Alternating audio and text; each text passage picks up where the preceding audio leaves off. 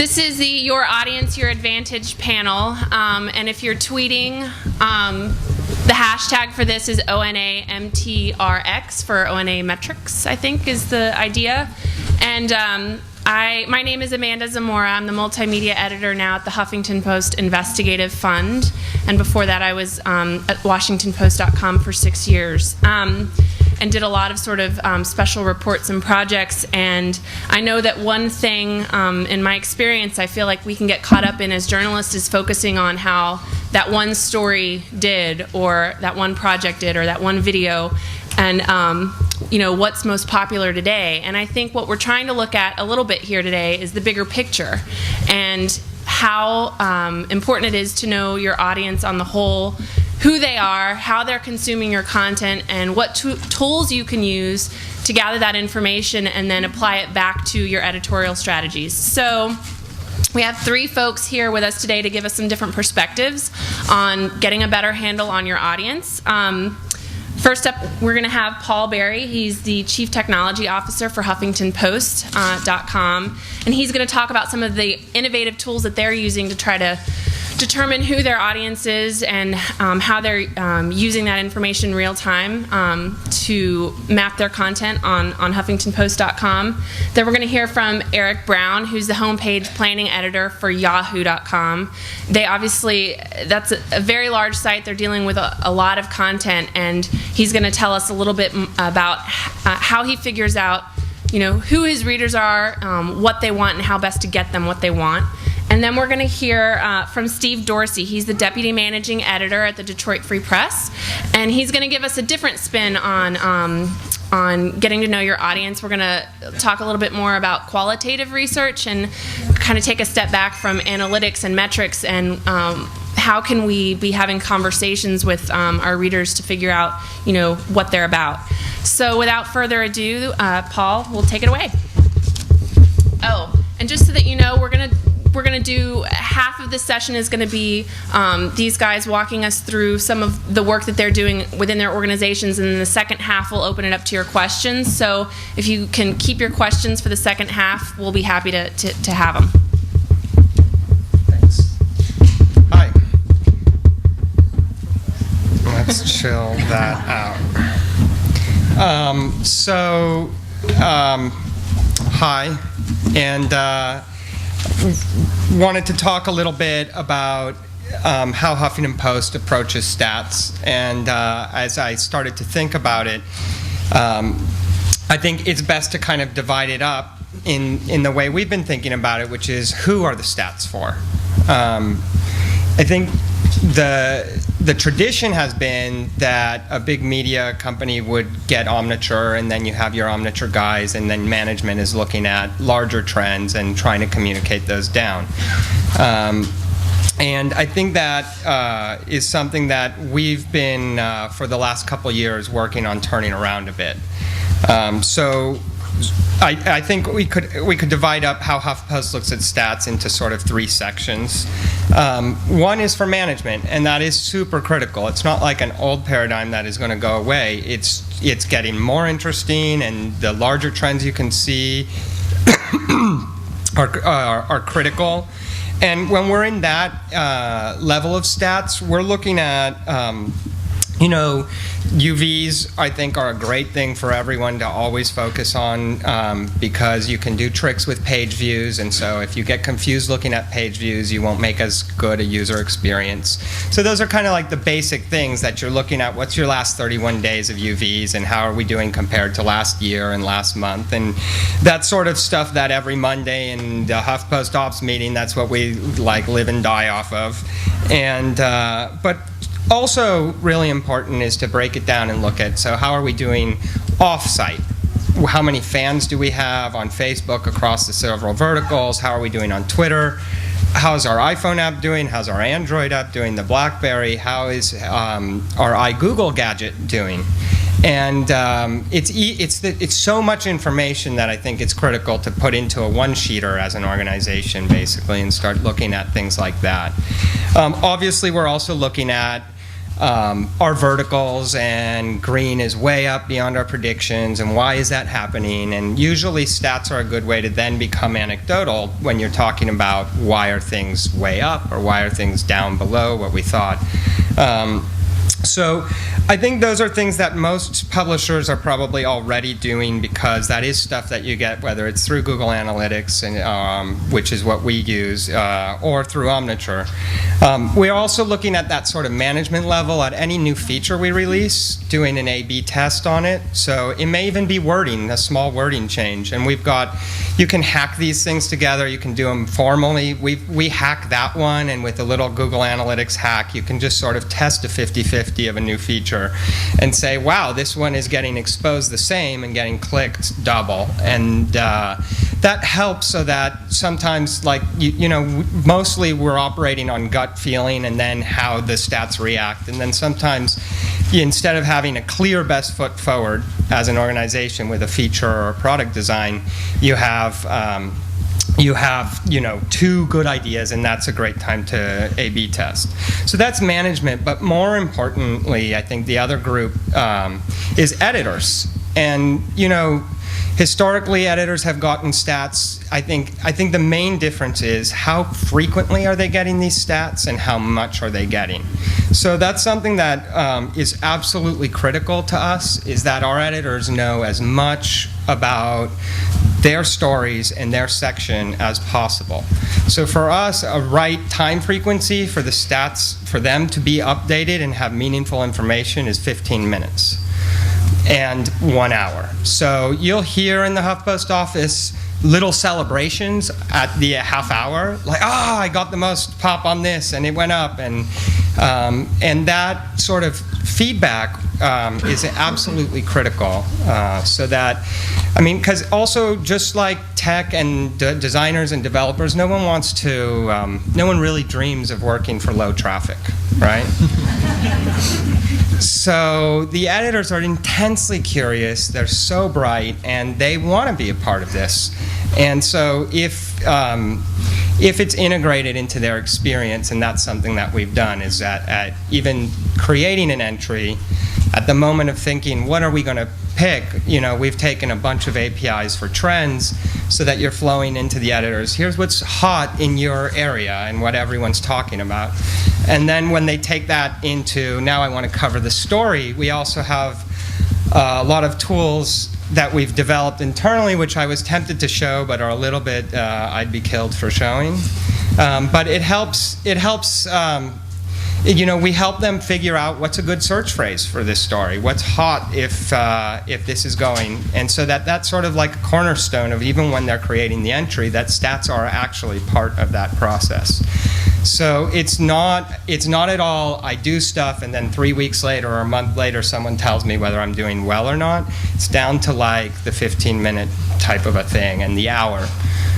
Also, just kind of broadly, we help them understand the difference between stuff that's working really well for our existing community, the stuff that's clicking like mad off our own site. So if you feature it on the front page, how's it doing compared to other stories, and is that clicking? But almost more importantly for us is also seeing, is this creating a new audience for us? Is this, we got a link from a Swedish site, it's huge, it's bringing in 50,000 an hour, we never knew that site existed, why did it click, and etc.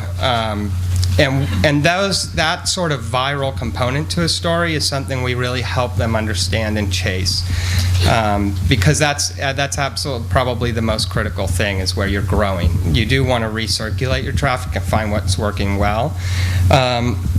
But also, we give them tools. For example, if you have two headlines that you can imagine for a story and they're both good headlines, or you have two good stories and you're not quite sure, then when they put a story up on their front page, whether it's the front page of entertainment or politics or the front, then they can do an A/B test between them, and that's on a 5-minute cycle, so that 5 minutes later they say, wow, people are totally clicking on this headline instead.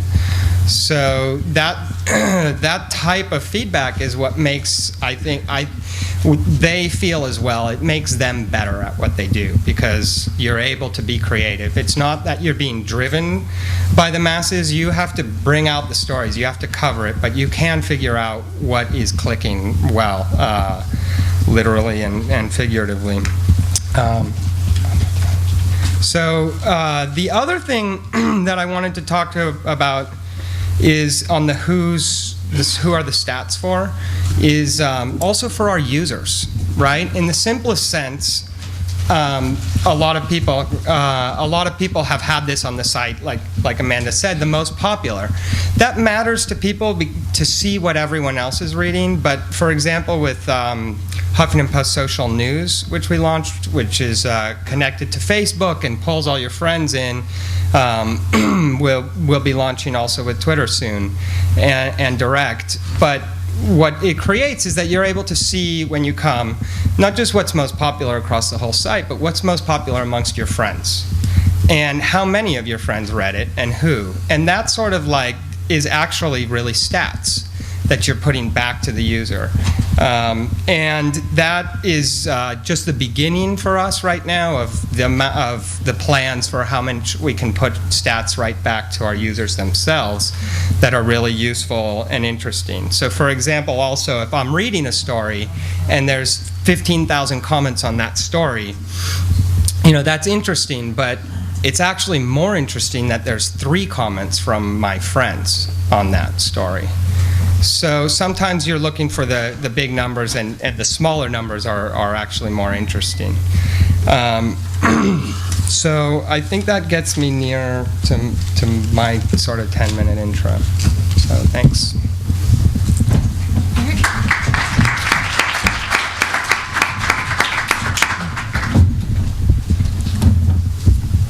I think we want to turn the sleep display off. Are you going to be clicking? Yeah. Okay.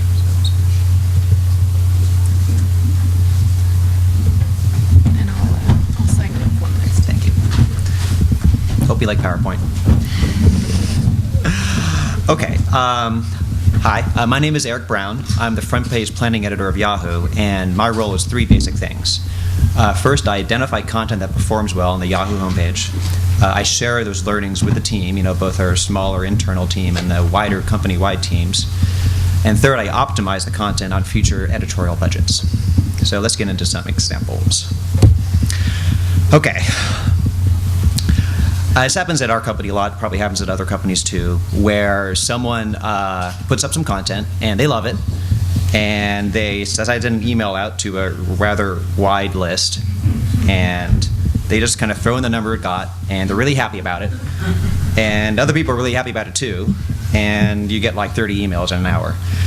I hate these. I like giving people congratulations. I love congratulations, but the congratulations should be meaningful. And this isn't very meaningful. This is a stats report. You may not think of it as a stats report, but it's a stats report. And it's something that was probably decided they were going to send the email out before they got the numbers in. It's probably a form email. And this isn't meaningful at all. We shouldn't be giving A's to the whole world. We should be, doing meaningful things like, first of all, did the content meet rigorous success metrics? What did we learn? How are we going to apply these learnings in the future? And third, was this content even right for our site? So it's really important, I think, for companies, for editorial companies, to get into those questions. This is how Yahoo does it. It starts with a mission. It always starts with a mission for everyone. Our mission is to connect users with the things and the people that matter to them the most. So to reach that goal, we have 2 big processes. The first is our content optimization engine. This is active on a lot of Yahoo pages, including the homepage where I work.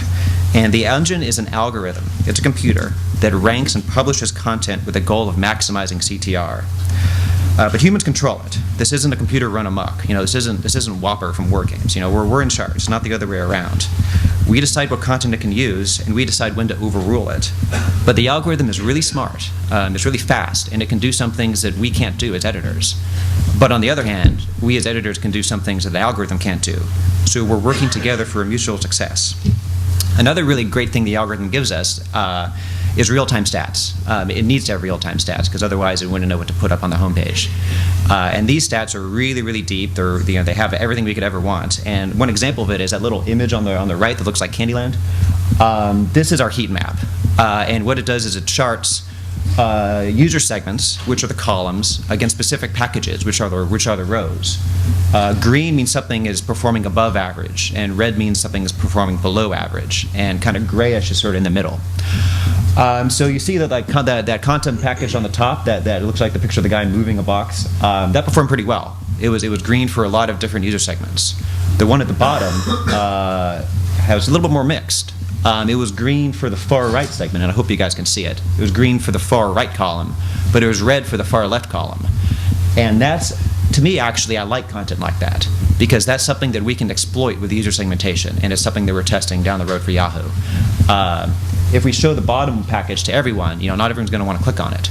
But if we show it to some people, then we can really gain a lot from that. The second big thing that we try to do as a process is communicate what works.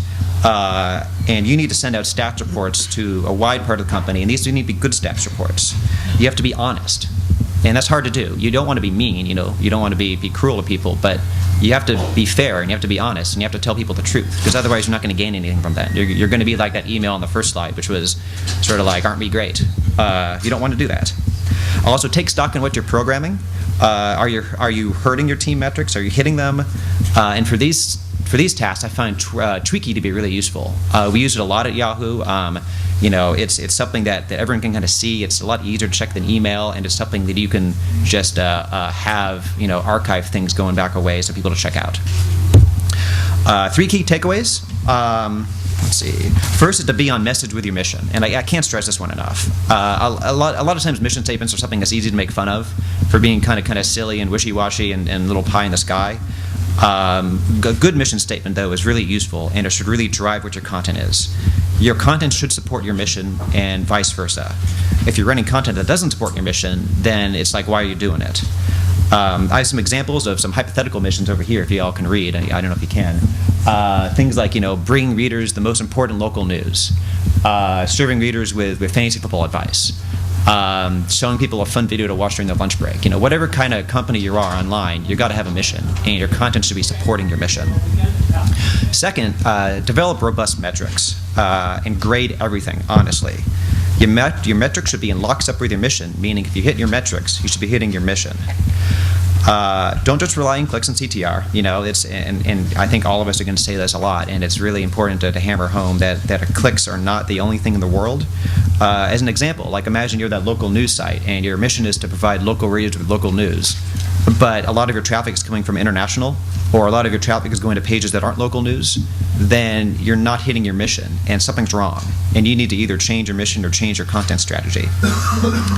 Look at revenue, and I know a lot of companies want to have strong church-state relationships, and I totally support that. But if you're creating content that a sales team can't sell, then you've got a problem. And that's something you need to rectify, either by looking at your mission or just working on that kind of content you're programming. And third, you want to look at competitive things. You want to see if you're stealing clicks from your competitors, or if your competitors are stealing clicks for you.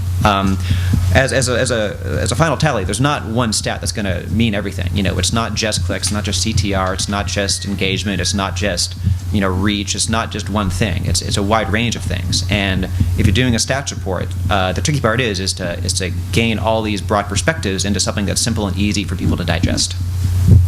And the third thing is schedule more content that works and less content that doesn't, which is simple, but it's hard.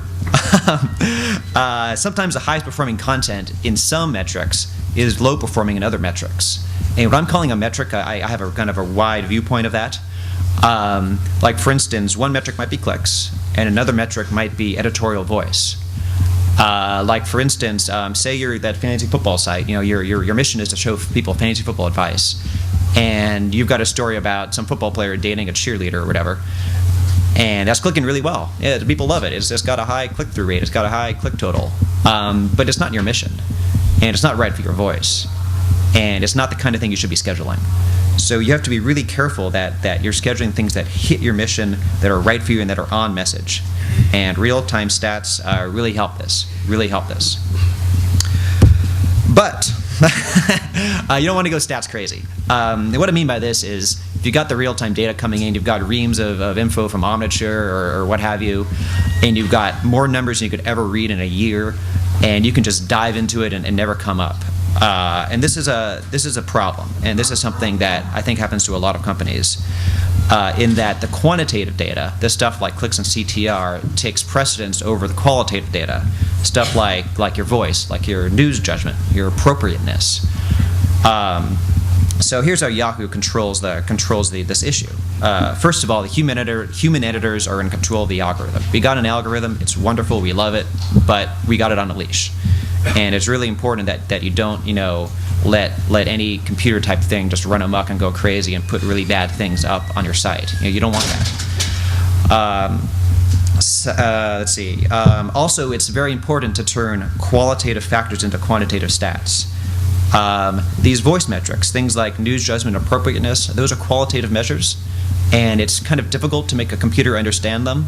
But one thing we've done is we've had editors score these things. You might mark something a 1 for appropriateness or a 4 for appropriateness or whatever, and then suddenly the computer can understand that, and the computer can leverage that information to make the site better.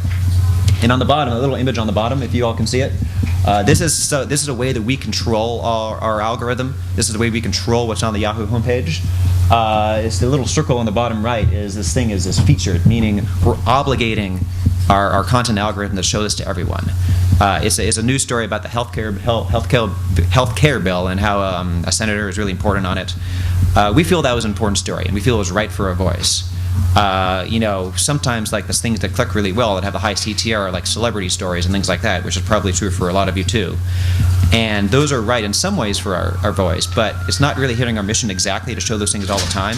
Because again, our mission was to show users the things they care about, and not everyone wants to see celebrity news.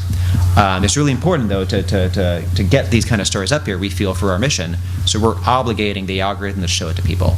And this is how we stay in control and how we don't go stats crazy. So that's me, and that's me.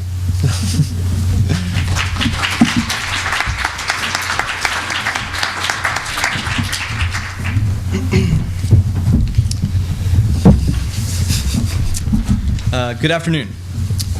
So I'm very honored to be here with you guys today, and I'm privileged to be invited to be among this panel, but I have to admit that I feel a little bit like a sacrificial lamb following these guys, because I'm not going to talk about any stats whatsoever.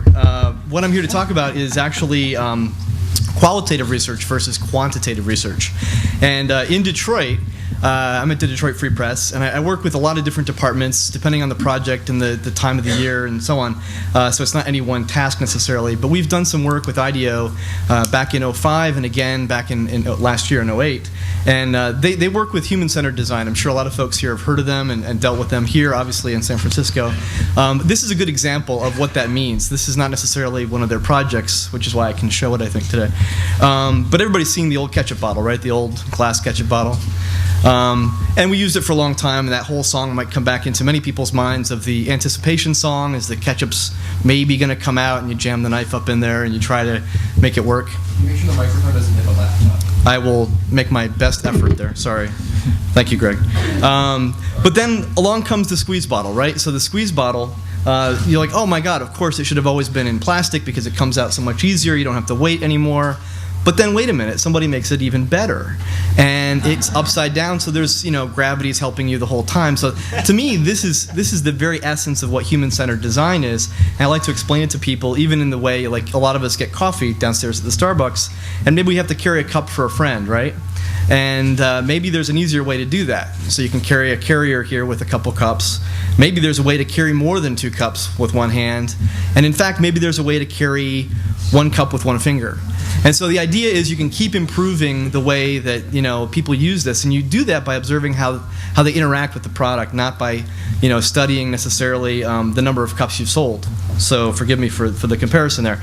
But the idea is to go out and watch somebody drop a cup of coffee and figure out why they dropped it, and interview them, and you just see people trying to carry too many things at once and try to solve that problem for them.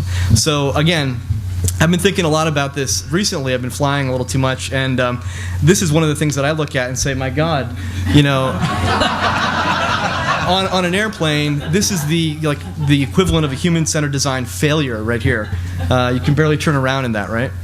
So that's the idea. You want to apply this thinking to your product, whether it's your website, your mobile application. In my case, we're still working with print, so forgive me up here. But we're trying to work on that, and there's a process that they've identified. A lot of us have co-opted this. You can find it in books, on websites, and so on. I'm not here to preach IDEO, but I would if you wanted me to. I think what happens, though, is there's a lot of key intersection points where you deal with users and readers along the way. It's all rooted in that experience, right? So understanding and observing what the problem is and defining the problem all goes back to watching people. And so what we actually did is, I'm going to show you some crazy things. We actually made some wild prototypes and put them in front of people. I'm just drilling through these really fast here, because I have 10 minutes and it's the fastest presentation I've ever given. And the idea is to elicit reactions from people. So you put this in front of folks and say, hey, what's going on? How do you feel about this possible thing? And you get people to react to what that's like. Altogether, over the years, we've talked with hundreds of people. We've gone out to their homes, we've gone to their businesses, we've gotten them to react in very small groups. Focus groups, I think, are a waste of time and money, frankly, at this point. But this is, going back for years, we've talked to people where they intersect with the product, whether they're using it on their mobile device, whether they're looking at it at the coffee shop in this case. In this case, we asked the woman to show us, how do you read the paper? She actually reads the paper this way. This is how she takes the Sunday paper apart, by putting it on the chair arm and going back and forth through the pieces. This is a guy who sells the paper. So one of the things that IDEO preaches is, dealing with extreme users, you learn things quicker that way, okay? And so here's an extreme user. He actually is selling papers. Here's another extreme user who's using the website for a specific task only. He's not using it to browse news or anything else. He's using it to get certain kinds of data that he then builds his own databases out of, and he's reselling houses and crazy things like that. And that's actually, if you want to look at that carefully, that's in his kitchen nook / office / dining room / living room. So we're out there with these people, for anywhere from 30 to 90 minutes or more if they'll give us the time. Here's another extreme user. This is a carrier.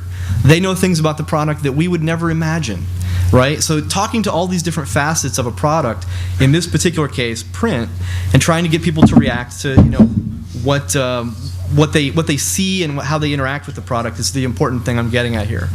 We talk to extreme interest groups. We talk to people that are non-users.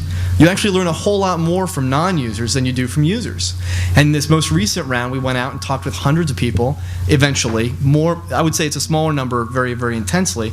And it was very, humbling to talk to people who don't use the paper and don't need it. In fact, one of the things that we learned was they don't even need our websites. So brace yourselves. This isn't just about me being a dinosaur. We're all poised to be dinosaurs. So what it comes down to is, I'm looking at quantitative versus qualitative. I would never separate the two. I think you need both. They work well together. I'm not up here to say that the metrics don't matter. I'm here to say that you need to kind of find a way to then take those metrics and extend them. And what I'm looking for are extreme users that might give you an unexpected insight. It's a very messy process. So you don't know what you're going to get. You're going to spend a lot of time out there. You're not sure what's going to happen. But ultimately, you gather and you gather and you gather.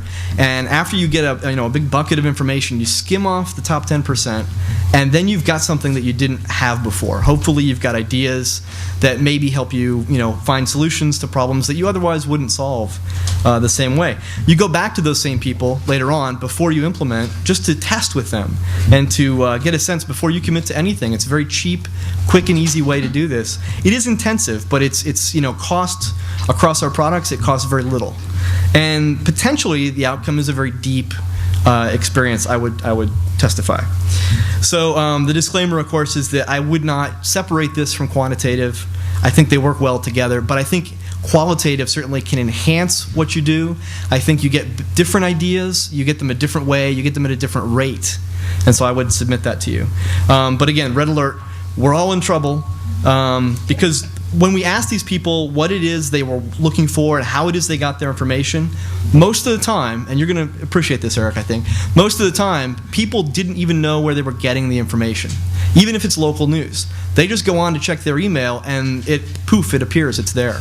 And usually it's a Yahoo homepage, or it's their Comcast homepage, or whatever somebody set up as their default starting page. It's like, well, I turn the computer on, and there it is.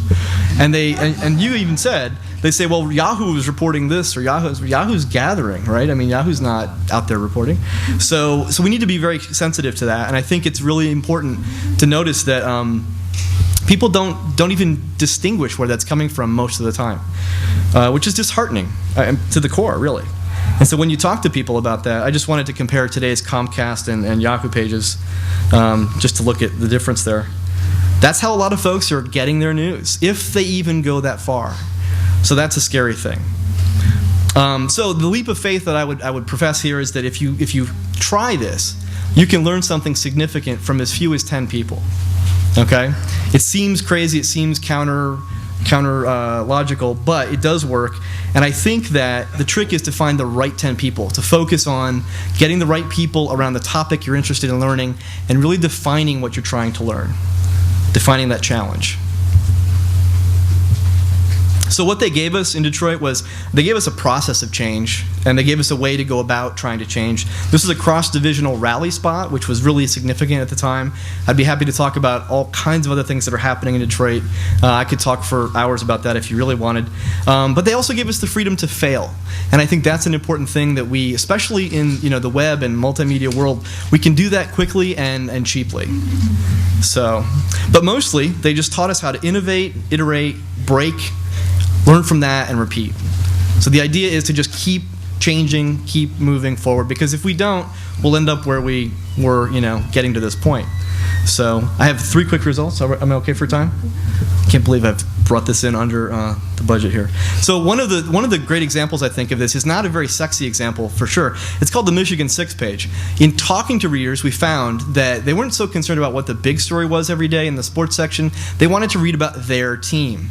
So we'd say, well, what is your team? Well, my team is the college football. Well, my team is the soccer. I almost said I was watching soccer. The baseball team, whatever. And so the idea was they wanted something every day, even if it's off season, even if nothing significant happened. They wanted to read about their team. So we said, okay, we'll give that to you. It's a fairly boring page. It's kind of like a web page, really. But every day, guaranteed, there's something about your team, no matter what. Whether they won the World Series that day or whether they were off, flying a plane somewhere. So the idea is that we listened to them and we gave it to them, and then we tested it, and we're still refining it every day. Another result is that they gave us permission to have a point of view.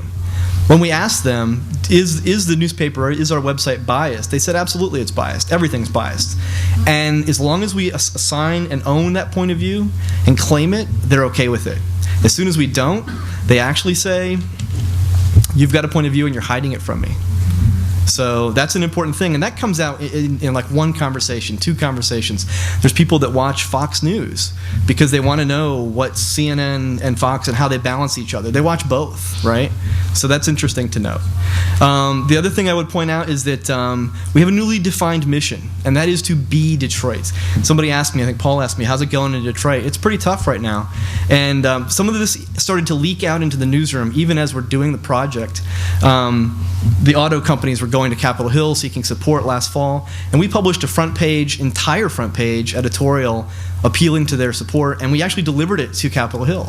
And so this is already starting to change the DNA, and it's obviously it's permeating all of our different platforms. So I would challenge you to find these missions, and I think you can do it through qualitative research. Thank you.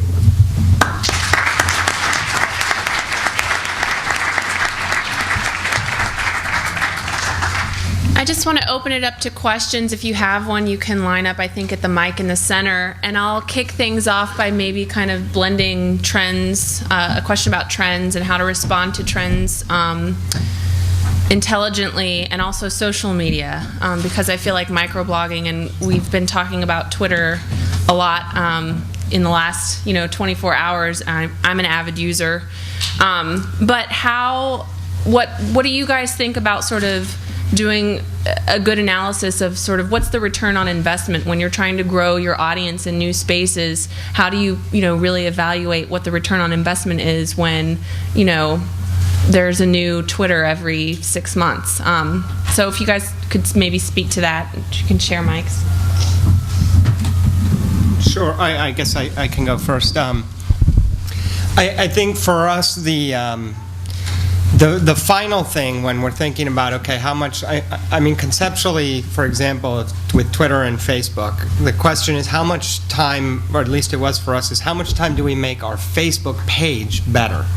And then there is stuff we did like social news that connects you with Facebook on HuffPost. But the question of like how much do we do with our Twitter account not on HuffPost and our Facebook page and pages not on HuffPost?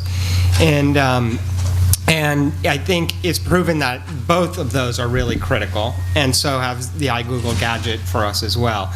And the return on investment when you get there is your referrals, right? So we're getting a tremendous amount of traffic from Facebook. Twitter is a little bit harder because it's not just look at twitter.com as a referral, because it can come from TweetDeck and a million other places. So you can see though on a retweet type of a concept, and has this link been tweeted a lot.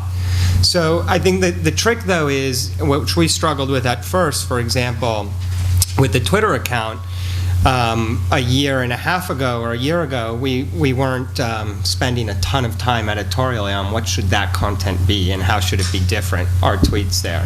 And I think it's hard in the beginning when you're experimenting to start seeing the referral traffic back. So you have to kind of stay in the game and stay pushing. But ultimately, in the end, I think all of those should be pushing traffic back to you in some type of way. So, it's simple to look at fans on Facebook and how many Facebook connected users you have, or followers on Twitter. What's that? Yeah, I definitely agree with what you're saying. And another big thing for me is conversion. If you're doing things on Twitter and Facebook and you're getting users to your site, that's great. But are you actually converting them into actual users? If I see something on Twitter, there's a link. It's usually one of those bit.ly whatever things, and I don't know where I'm going.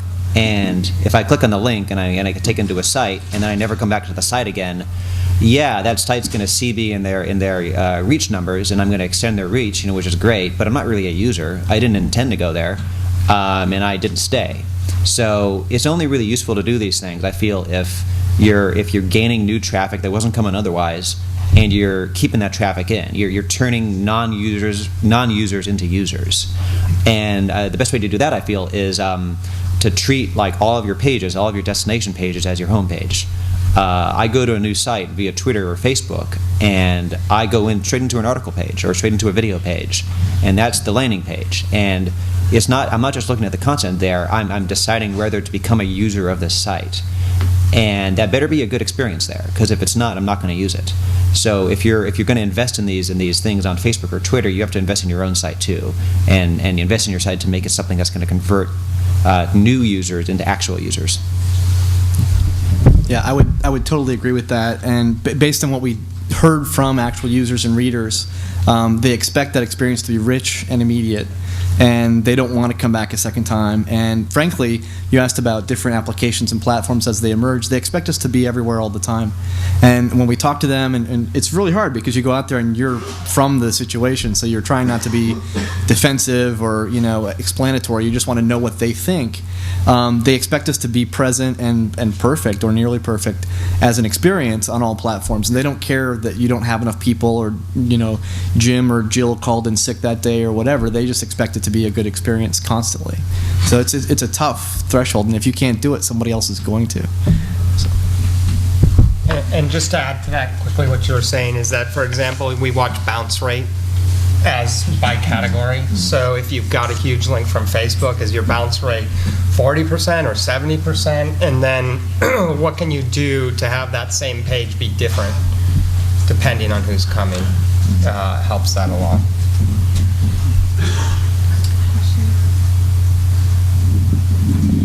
Can we talk, the other sort of piece of this is engagement, and sort of thinking about engagement beyond just a hard metric. And And I know that another sort of kind of speaking, Eric, to you got the magic email that says, oh, this story's been so popular, we got however many clicks. Another one is we got however many comments. What if half of those comments are, really poor in quality? I mean, what other sort of non-hard metric sort of indicators should we be looking at to tell sort of whether our content is hitting the mark or not, or whether it really is sort of in line with our editorial missions? Well, yeah, I think a big part of that is if you're talking about comments, is to see what the comments are, and if they're the kind of user comments that are good, that are helping things, that are making the page better. Like, only reason to have comments is to make your pages better, and it gives the users a reason to want to be there, to be part of the community. And are the readers you're getting the readers you want to be getting? Are the readers fitting in with your company's mission? Again, I think it goes back to mission, really. It goes back to whether or not it's more of a qualitative thing, really. It's not something I don't think it's something you're going to find data for exactly. You could look at total number of comments or comments per user, and that'll help a little bit, but it's not going to tell you the whole story. You have to really look at what's happening, look at the ecosystem of your site, and do you like what you see? Yeah, and when you're looking at a comments thread, which we spend a lot of time on comments, another thing to look at, like on the qualitative side, is a lot of them are willing to share significant parts of their life, like in their bio and who they are. So, if you have a thread where you have 3 professors discussing a topic, that's really hot, and it's interesting, even if it was only 20 comments. We try to pull from them, the best, and say, hey, you could blog for us too, actually, you're a respected professor, etc. So the other thing is that sort of sentiment analysis thing for us is important. So sometimes we've been noticing, for example, a headline that does really well for traffic will sometimes also have angry people with the headline. And that doesn't mean it was an unsuccessful headline. So there's some times where actually you don't want just purely peaceful comments necessarily, but at the same time, it's so important to make sure that conversation is clean and that you're surfacing the best. So if a blogger is talking about it, and what type of users are there, we've had weeks or months, even. Hopefully it's just days and hours where groups of trolls will come and attack, and you could send that celebratory email to the group and say, wow, we got 20,000 comments on this entry. And it's actually 10 horrible people with nothing to do. And so, that's an important piece of judging that. You guys moderate all of your comments, right? I mean, nothing is... We have put a ton of time into our comment system, so it depends on the situation. We do 2 million comments a month, so it's like 70,000 comments a day. You can't read all of that. But we have gotten really sophisticated at semantic analysis of it, so you can't just beat our filter by using a character change. And, the word kill is a charged word, not a bad word. You should be able to say, I think that idea should be killed, but you can't say, the obvious. So that sort of charged word versus black word moderation, and then semantic analysis, and then underneath it, a point system for users. So you get a feeling of, this person has done 40,000 comments, but actually they're part of a group of people who have constantly plagued the site. And so it sometimes is tough decisions. You have a question? Sure. Yeah, sure. I have to admit a lot of sympathy for the sense of, any traffic is good traffic ethos that seems to be pervading it, because probably there's a bunch of us in the room that are trying to define the local relationship to John and Kate in the last year with our site. But I also wonder, though, when you talk, Eric, about stick to mission, certainly, doesn't there also have to be room inside this pushing a lot of content out for the role of prospecting and actually redefining your mission with a site? I mean, otherwise, aren't we just looking at what's worked for us in the past and trying to extend that out? Oh, yeah, I definitely agree. And maybe it's not the content that needs to change, maybe it's the mission that needs to change. So I completely agree with you. I feel that to not experiment is a horrible thing. You always want to try new things, try to be a little different. Push it. Don't push it too crazy. Push to the envelope a little bit, and if it works, push it a little bit more. So I completely agree with you. Yeah. Hi, Eric. I just had a question about whether you could talk a little about the redesign of the Yahoo homepage. It used to be there were sort of 4 slides, and that was sort of the main way you showed off content from either AP or other sites. And now it's sort of a sliding of 20 or so images, and why you came to that decision, and whether other sites can use that, and how do people really click through all those things, or is it more just it automatically refreshes through all 20, or just talk a little bit about how you did that. Yeah, that was a product of a lot of user testing, and it wasn't. I wasn't in charge of that, but I agree with it though. So I can't explain everything that went into the decision to make that.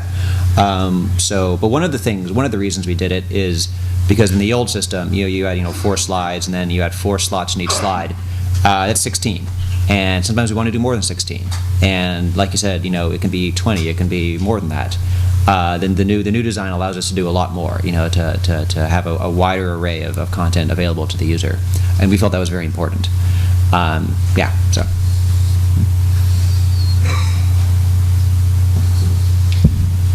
Sure. A question for Paul about the comments.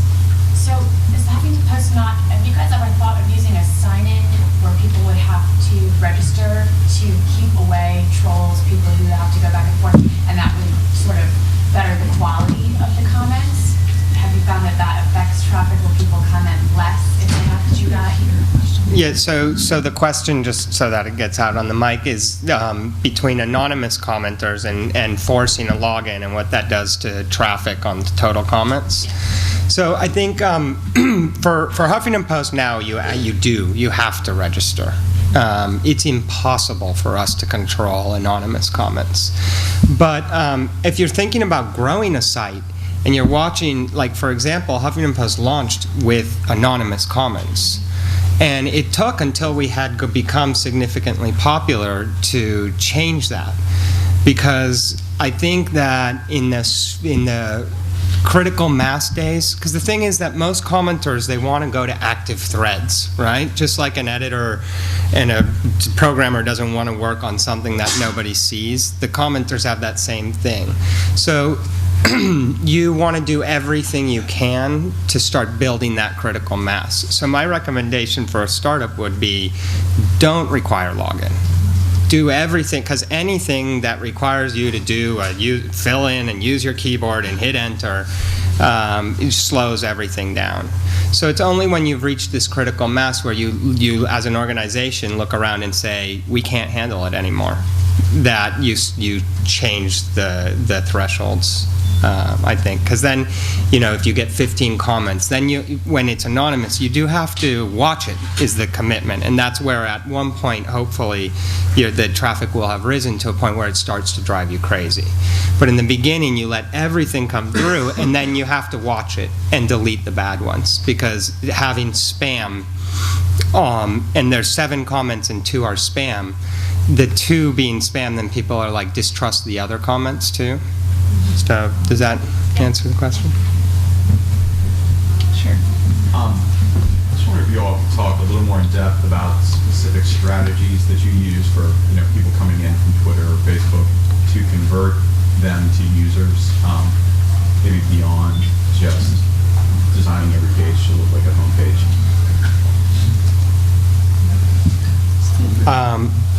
So the question is, what do you do to design the page differently for, say, a Twitter or Facebook user? I think that there's basics that work for across every site. So you just say, we have this problem. It's an opportunity too, but 70% of our traffic is on B pages, and we always think about the front page. So, you have to tease as much as you can of your best content, and that just works for everyone, period. But then things get very specific.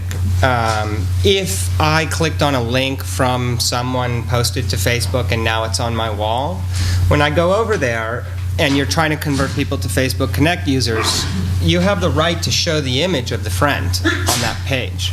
And that type of thing is kind of engaging, that you click through and you see and you say, hey, John read this, and you sort of, as a user, say, well, wow, this site's paying attention, right?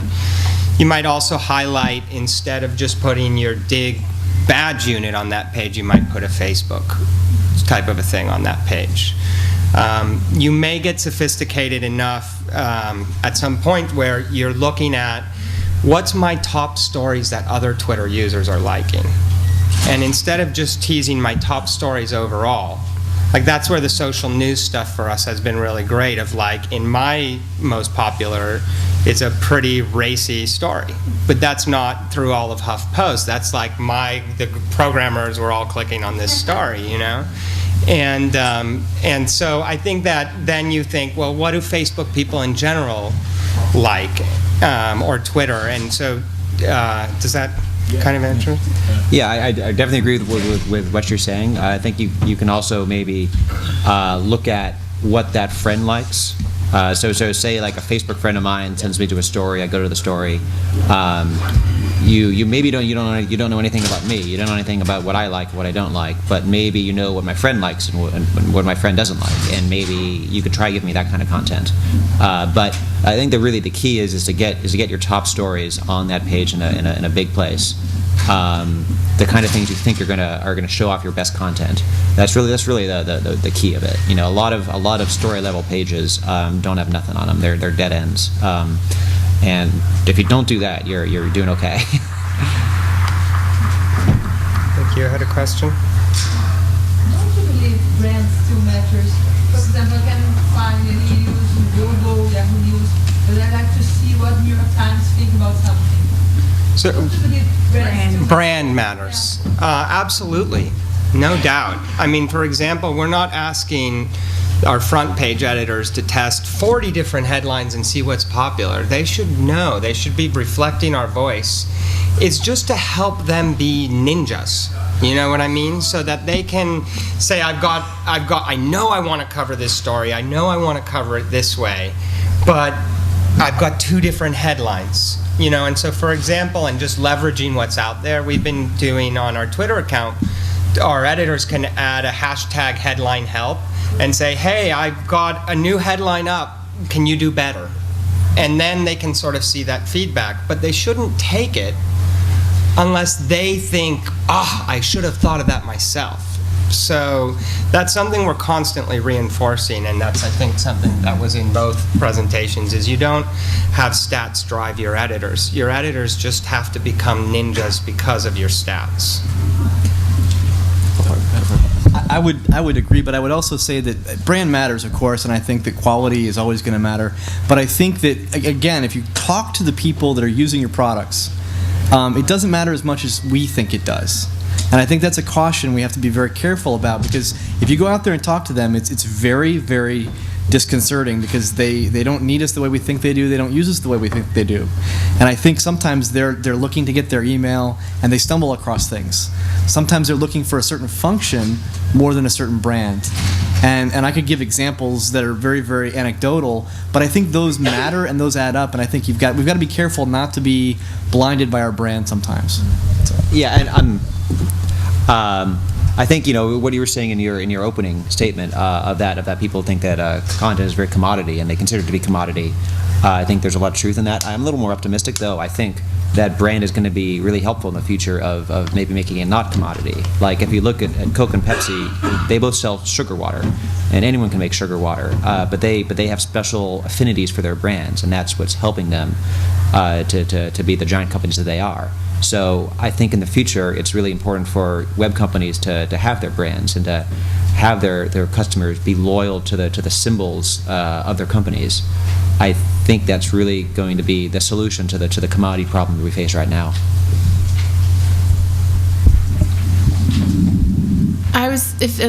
Do you have one question? I think we have time for like 1 or 2 more.